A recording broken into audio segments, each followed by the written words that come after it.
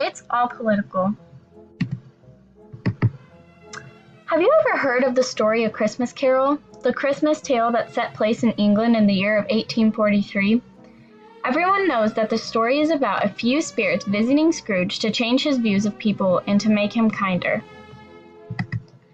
However, what people don't realize is that the author, Charles Dickens, was actually attacking a widely held political belief. The belief is that in helping the poor or increasing food production to feed more people would in fact encourage an increase in the number of the impoverished who would simply procreate faster to take advantage of all the surplus gruel, otherwise known as the Malthus theory. Bet you never thought of that politics while hearing a heartwarming story about Christmas.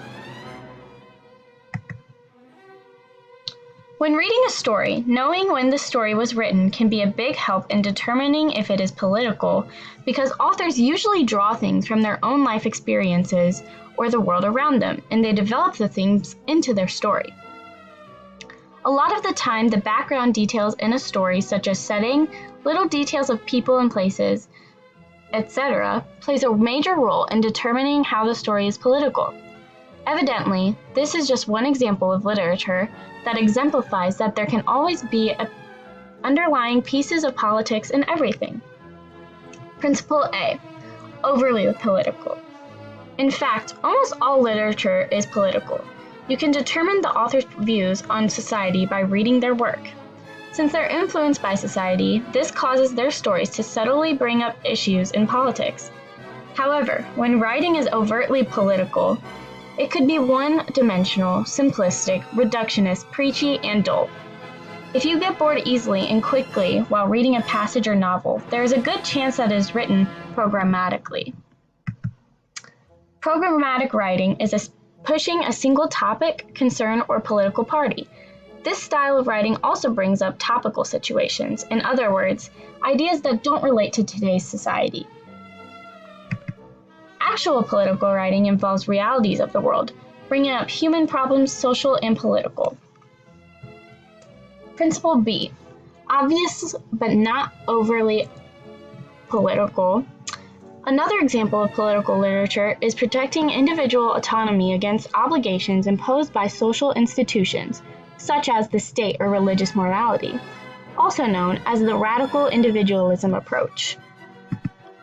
D.H. Lawrence wrote Women in Love, where a Robin resembles a then prime minister in order to establish his political thoughts as a writer. Through the use of characters refusing to behave and act in a way that conforms to expectations, he attacks the bohemianism of the artsy sets of his day. In other words, his role is politically charged due to the style of approach and the fact that his self-determination is fueled by his concerns. This style of writing is more obvious to readers. Principle C is the less obvious. While the earlier examples of literature have a specific political approach after deep analyzation, pieces like The Fall of the House of Usher aren't as heavily thought of as inevitably political.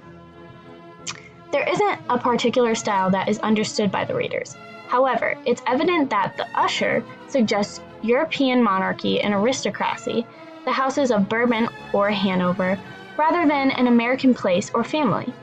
Therefore, these types of pieces are political. Similar examples that aren't inevitably political are exposed through the character's political milieu. In other words, Mrs. Dalloway, written by Virginia Woolf, is a piece of literature that doesn't seem political at first. However, after one evaluates Lady Bruton's reasoning for inviting Richard Dalloway to lunch wasn't to be friendly, but to display the material she wanted to be introduced into legislation, revolves around women's rights, since Richard Dalloway was a member of Parliament. Purpose of It's All Political. Words are powerful, and it takes deep analyzation to understand what the author is trying to say. So to recap, almost all stories are always political.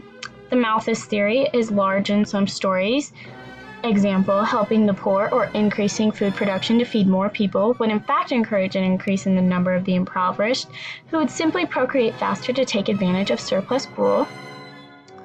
Programmatically writing, or pushing a topic, concern, or political party. This style of writing also brings up topical situations.